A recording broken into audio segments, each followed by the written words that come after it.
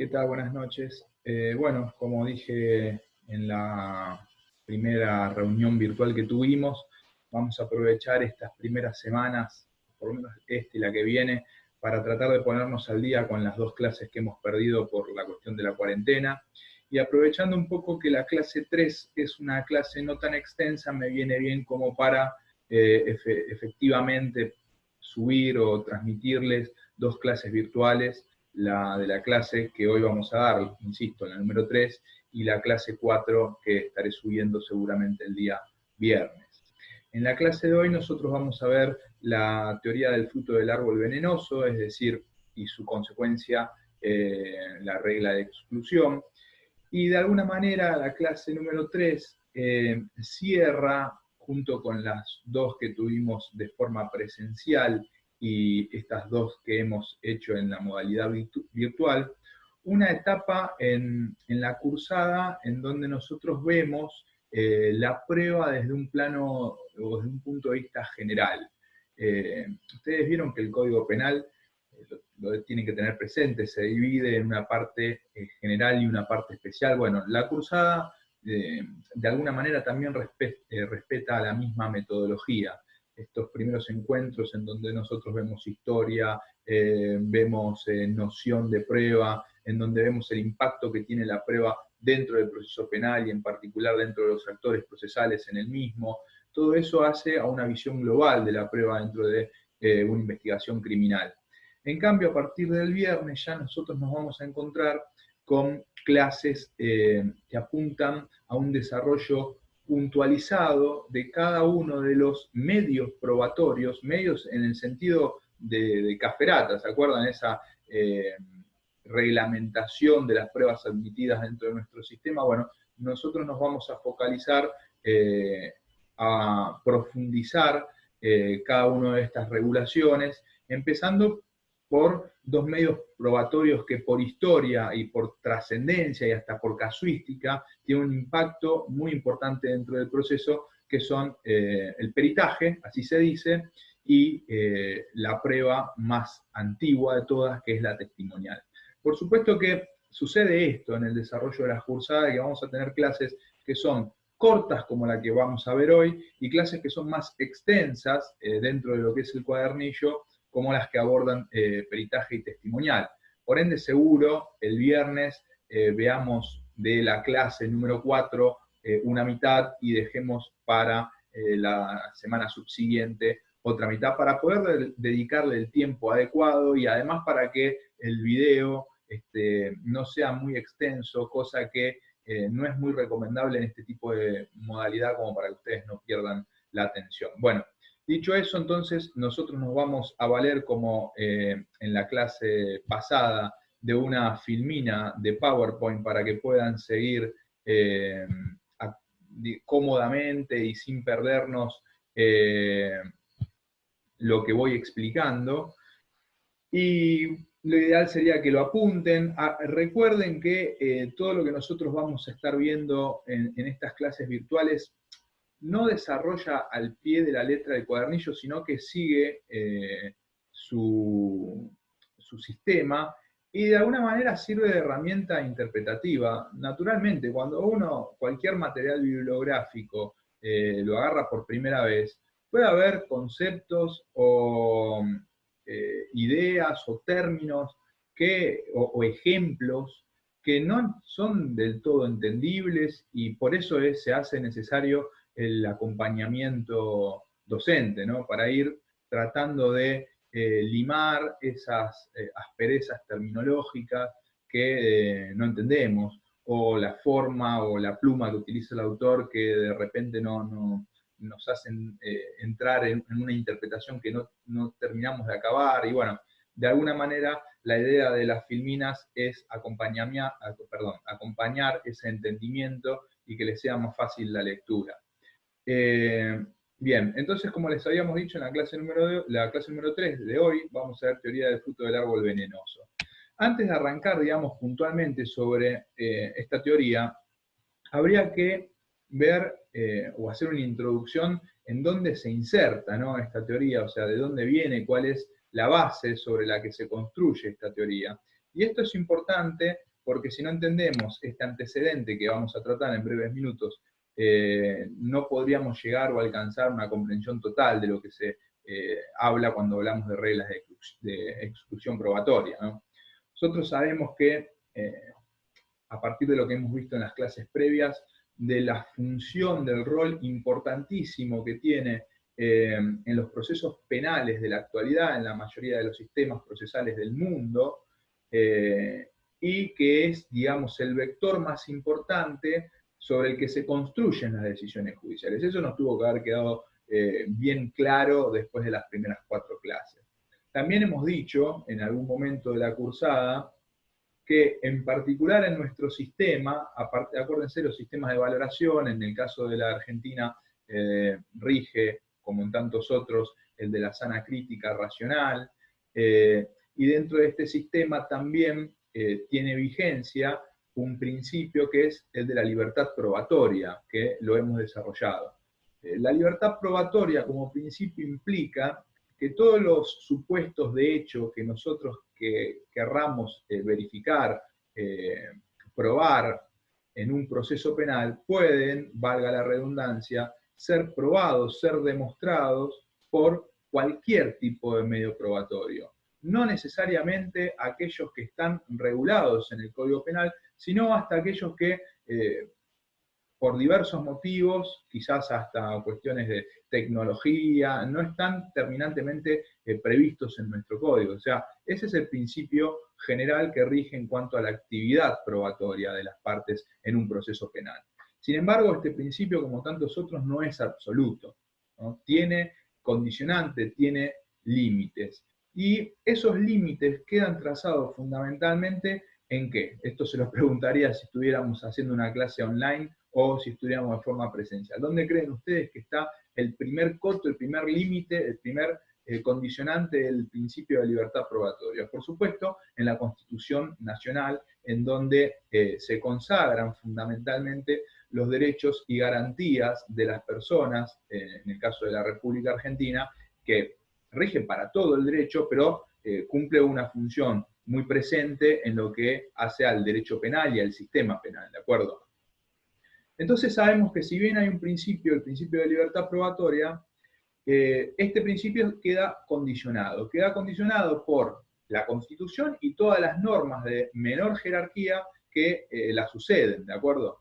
Entonces, de acá nos damos cuenta, podemos afirmar que así como el principio rige, el de libertad probatoria, me refiero, también hay un elemento o un espacio para la existencia de las pruebas prohibidas, ¿no? O sea, se construye el concepto, eso quiero decir, de prueba prohibida.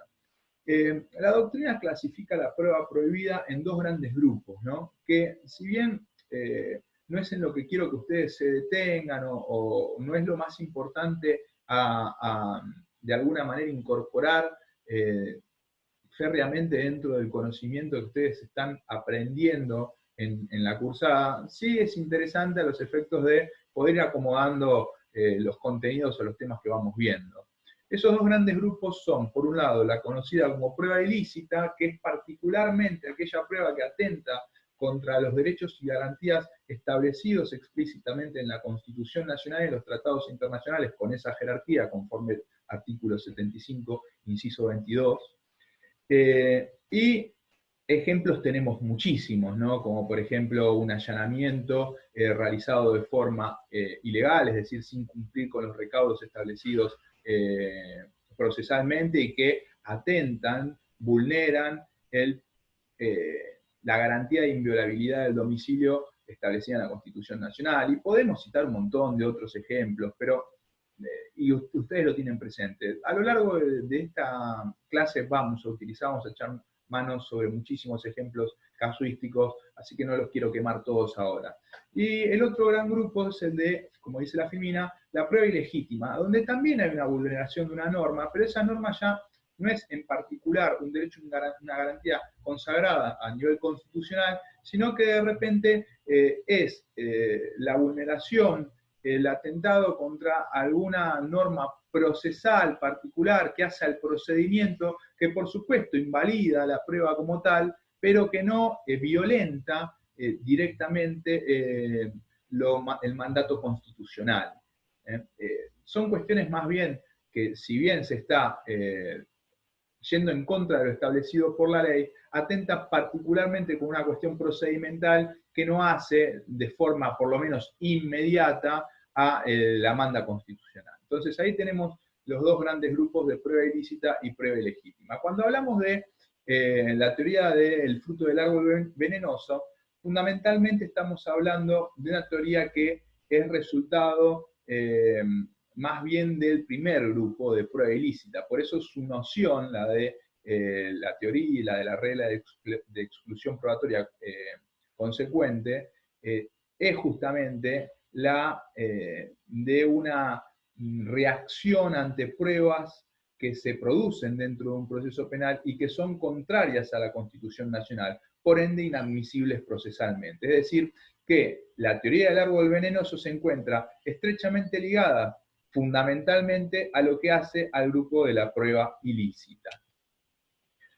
Ahora, ya sabemos entonces que aquellas pruebas que se producen a través de la actividad probatoria de las partes dentro de un proceso penal y que infringen algunos de los mandatos, o sea, derechos, garantías establecidos en el texto constitucional, están vedados y por ende son inadmisibles procesalmente conforme a lo que tengo dicho hasta acá.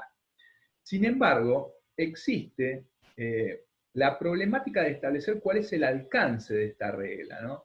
Recordemos entonces que, para ir teniendo bien en claro el tándem, primero, hay un principio de libertad probatoria. Se puede probar por los medios que se entiendan idóneos a los efectos de verificar el supuesto que estamos afirmando. Sí, pero esta queda condicionado fundamentalmente por la Constitución. Si infringimos la Constitución, entonces es inadmisible esa prueba. Ahora, ¿qué alcance tiene esta regla de exclusión probatoria? Bueno, ahí es donde entra en juego el concepto de pruebas ilícitas por derivación. No quiero que a partir del título de este tema lo dificultemos. Básicamente, nosotros vamos a tener alcanzadas por la regla de exclusión dos tipos de pruebas. La prueba que infringe directamente la manda constitucional y aquellas pruebas que se realizaron, fueron obtenidas dentro de un proceso de forma legítima, es decir, no afecta ni el texto constitucional ni normas de menor jerarquía, pero se realizan, se consiguen a través de una prueba previa que sí infringió la manda constitucional, que sí infringió un derecho, que sí infringió una garantía constitucional.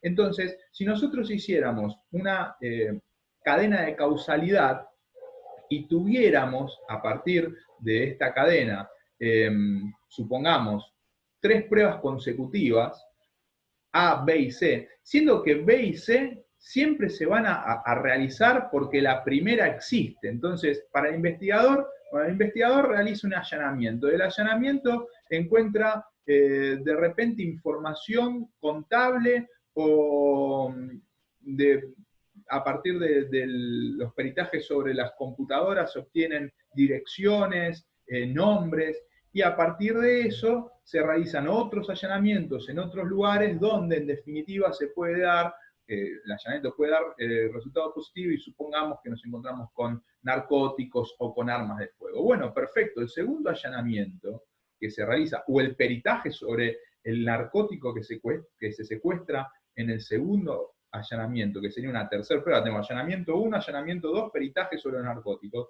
La prueba B y C pueden haber sido realizadas cumpliendo estrictamente con lo establecido reglamentaria y constitucionalmente. Perfecto, se hicieron de forma adecuada.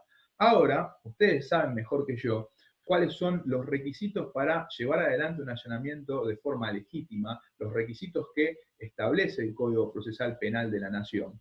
Y supongamos que en ese primer allanamiento alguno de esos requisitos que tiene una ascendencia constitucional, o sea que son requisitos que lo establece el Código Procesal, pero porque son resultado de principios, de derechos y garantías constitucionales, se vulneran. Por ejemplo, el horario en el que se realiza el allanamiento, o por ejemplo, la falta de una autorización judicial previa sin un motivo que justifique tal actuar.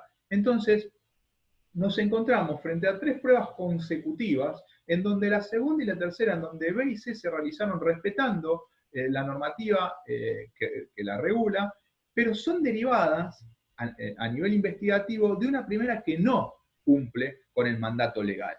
Entonces, de acá se construye la prueba ilícita por derivación. B y C son pruebas que, si la analizamos en abstracto, se produjeron de forma lícita. Ahora, por derivarse de una prueba originaria, en el caso de nuestro ejemplo, un allanamiento que no cumplió con el texto constitucional, con la normativa procesal, entonces, justamente por derivación, como consecuencia, se le traslada el vicio y es considerada también en conjunto como una prueba ilícita. Por eso decíamos que este concepto nos permite establecer el alcance de la regla de exclusión.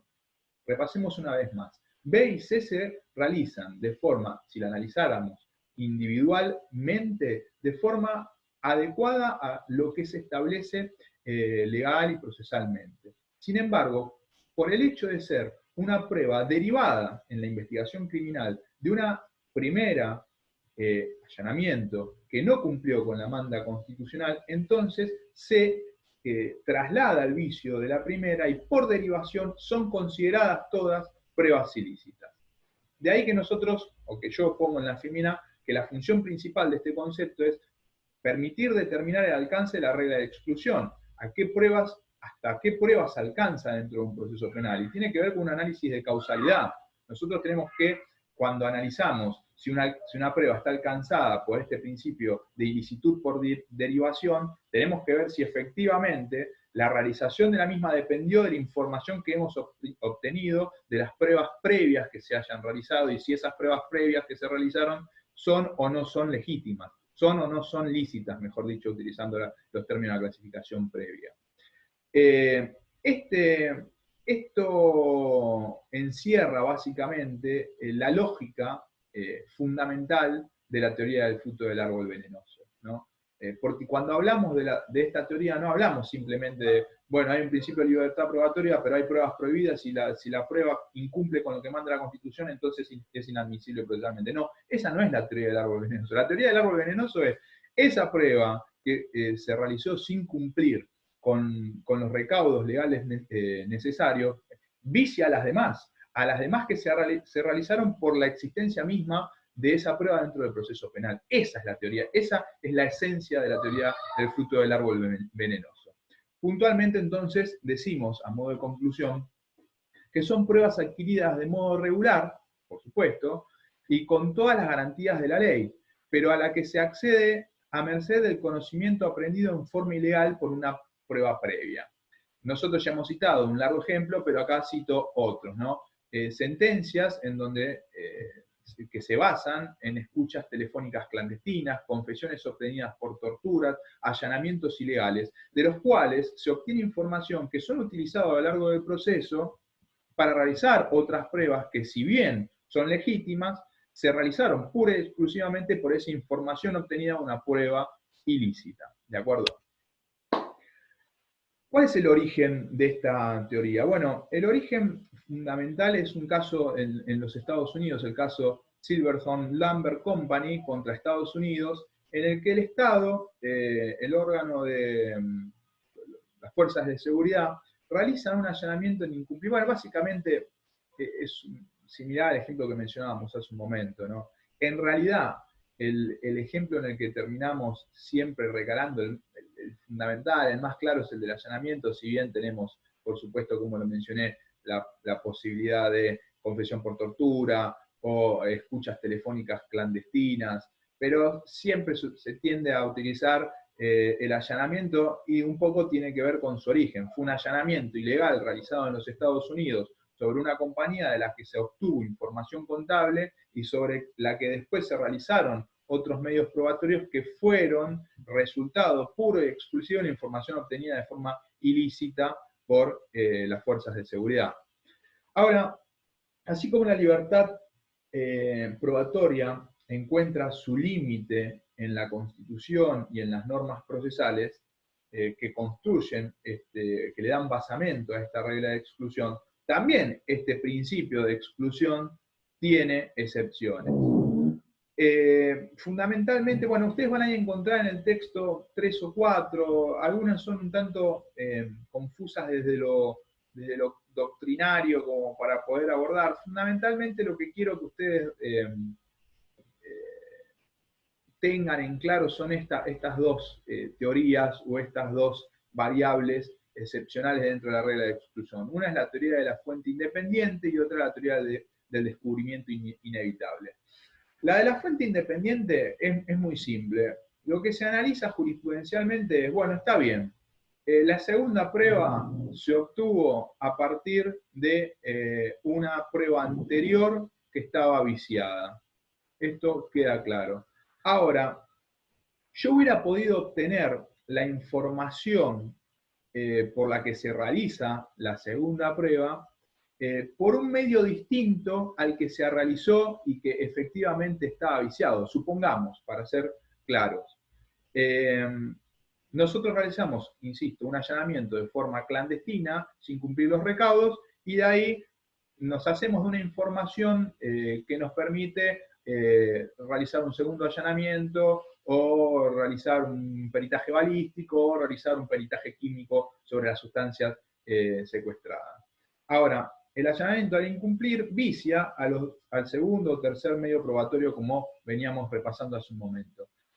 Lo que la jurisprudencia establece es que si la información que nosotros obtuvimos en ese allanamiento lo hubiéramos podido obtener por un medio alternativo al allanamiento, como por ejemplo testigos, bueno, le da independencia a la segunda o tercera prueba que se realizaron en forma legítima y de alguna manera impide que el vicio de la primera contamine a las otras. Si yo hubiera podido obtener la información por la que se realizaron los medios probatorios subsecuentes que sí se realizaron de forma adecuada, si existe esa alternativa probatoria a la viciada originalmente, entonces considera la jurisprudencia que los medios probatorios subsecuentes, insisto, no estarían viciados por la ilicitud de la prueba original, en nuestro ejemplo, el caso del allanamiento.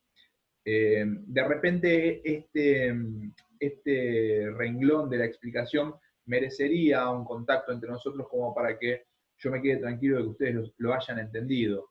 Si no lo entienden, por favor, están abiertos los canales por mail a través de la plataforma o por WhatsApp. Hagan las consultas por audio o por escrito que yo voy a tratar de reexplicar la cuestión.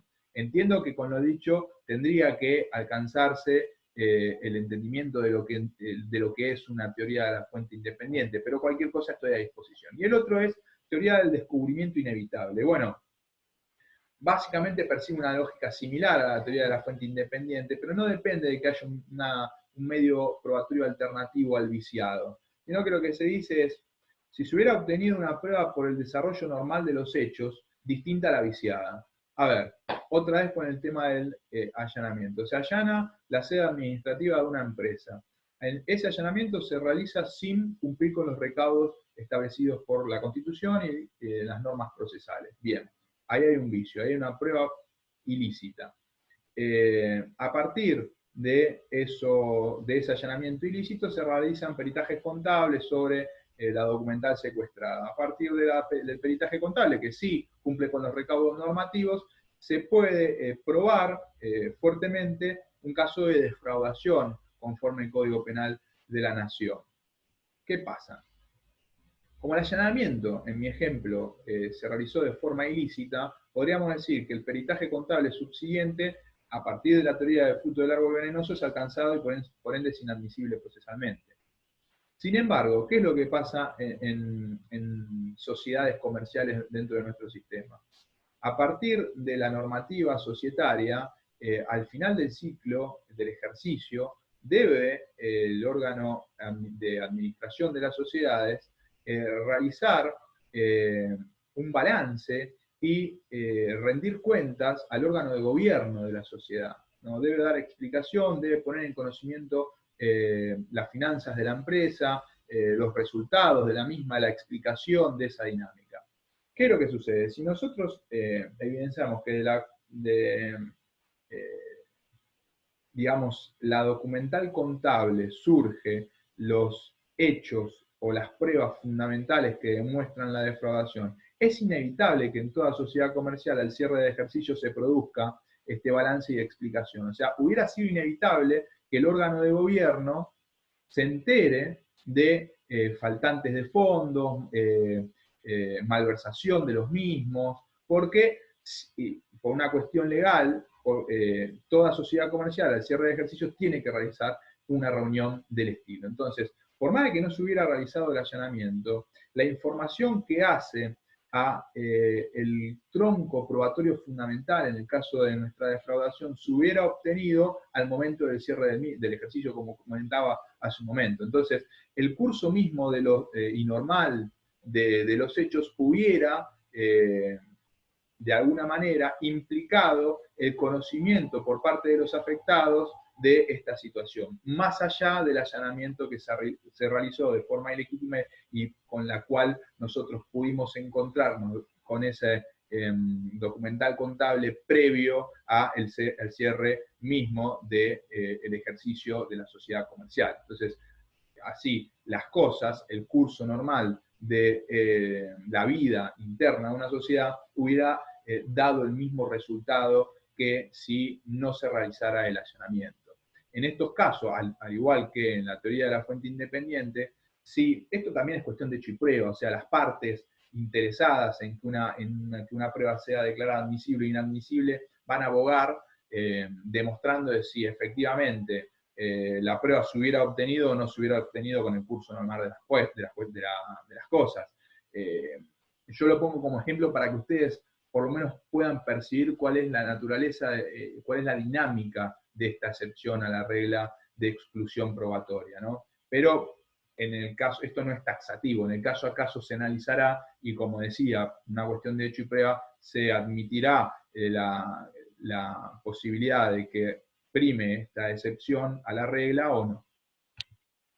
Entonces, decía que esta es una clase corta, la del fruto del árbol venenoso, que implica regla de exclusión, pero no quería cerrar sin comentarles que en el cuadernillo nosotros, o ustedes mejor dicho, se van a encontrar con una serie importante de ejemplos que a veces, naturalmente, si uno no tiene bien presente, bien en claro cuál es la esencia de los conceptos que estamos analizando, quizás se pierden los ejemplos y no logra comprender lo que está viendo. Entonces, lo que básicamente yo quería hacer con estos minutos en este corto video es sentar las bases fundamentales de cada uno de los conceptos para que ustedes puedan, sí, después nadar con los ejemplos que se establecen en el cuadernillo de una forma un poco más comprensible. Bueno, espero que les haya sido de utilidad. Nos vamos a estar viendo entonces el viernes en una nueva clase virtual que apunte a peritaje. Muchas gracias.